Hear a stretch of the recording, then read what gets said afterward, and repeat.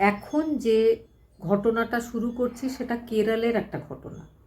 কেরলের একজন social media influencer, যিনি সোশ্যাল মিডিয়াতে বিভিন্ন ভিডিও তৈরি করে থাকেন।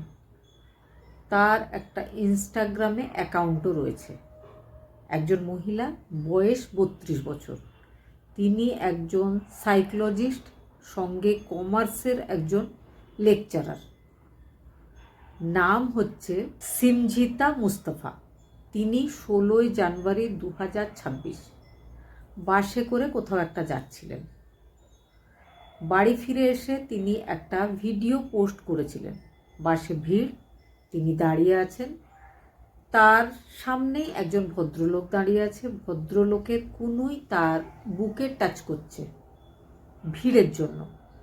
ভিডিও দেখে বোঝা যায় যে ভদ্রলোক কিন্তু জেনে বুঝে কিছু করছেন না।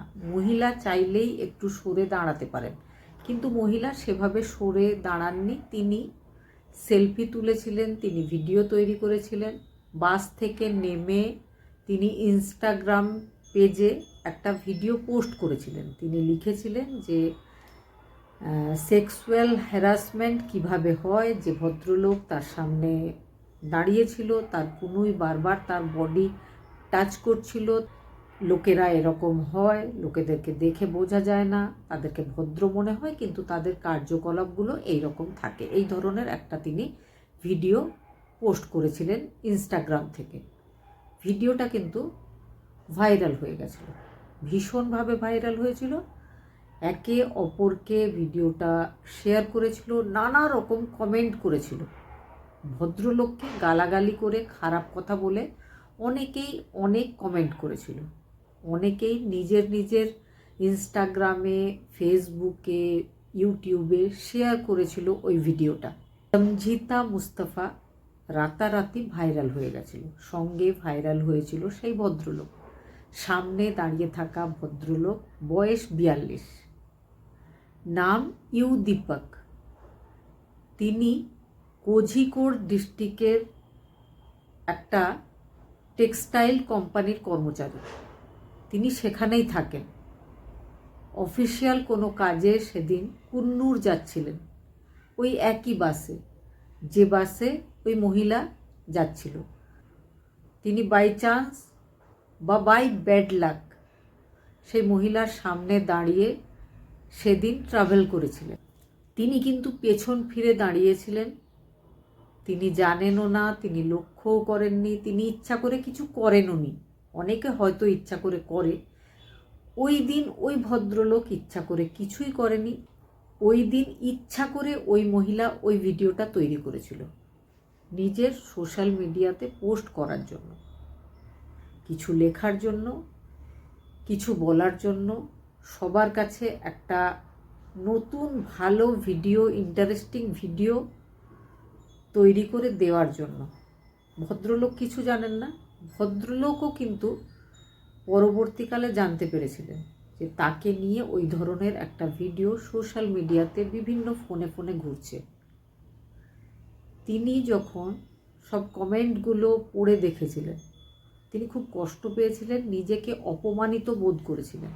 এতটাই মেন্টালি ডিস্টার্ব হয়েছিলেন যে তিনি 18 জানুয়ারি ঘটনার একদিন পরে তিনি সুসাইড করেছিলেন।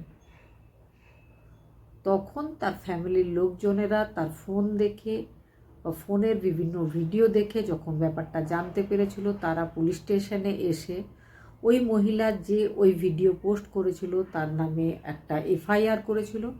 মহিলাকে অ্যারেস্টও করা হয়েছিল। পরবর্তীতে হয়তো মহিলা ছাড়াও পেয়ে যাবে। মহিলা কিন্তু পুলিশ টিমকে জানিয়েছে যে তিনি কখনোই জানতেন না যে ওই ভিডিও বানাবার কারণে কেউ সুসাইড করতে পারে বা ওই ভদ্রলোক সুসাইড করবেন, কিন্তু তিনি যে ভিডিওটা বানিয়েছেন সেই ভিডিওটা একদম সত্যি। ওই ভদ্রলোক সত্যি সত্যি তাকে হ্যারাস করেছিল সেদিন। ভদ্রলোকের কনুই ওই মহিলার বডি টাচ করেছিল। এখনও ওই ভিডিওটা সোশ্যাল মিডিয়াতে রয়েছে, সবাই দেখে নানা রকম মন্তব্য করছে। এখন হয়তো তারা বলছে যে হ্যাঁ, দেখে মনে হচ্ছে যে ভদ্রলোক নর্মালি দাঁড়িয়ে আছেন, ভদ্রমহিলাই ইচ্ছা করে তার কুনুইয়ের সাথে নিজের বডিটাকে টাচ করাচ্ছেন ভিডিও বা সেলফি তোলার জন্য। কিন্তু এখন কিন্তু একটা মানুষের প্রাণ চলে গেছে ওই ভিডিওর কারণে। আপনাদের কি মতামত এই বিষয়ে? বা সোশ্যাল মিডিয়াতে প্রত্যেকটা বিষয়কে তুলে ধরার জন্য, যেমন সোশ্যাল মিডিয়া খুব ভালো একটা জায়গা, তেমনই কিন্তু সোশ্যাল মিডিয়ার মিসইউজ হলে এর থেকে খারাপ জিনিস বা এর থেকে ভয়ঙ্কর জিনিস আমার মনে হয় আর হতে পারে না। সোশ্যাল মিডিয়া বা ফোন যেমন দরকারি, যেমন ভালো জিনিস ভালোভাবে ব্যাপারটাকে নিলে, আর যদি এটার মিসইউজ হয় এর থেকে খারাপ জিনিস আর হতে পারে না। এইভাবে কিন্তু মানুষের জীবনটাও কেড়ে নিতে পারে।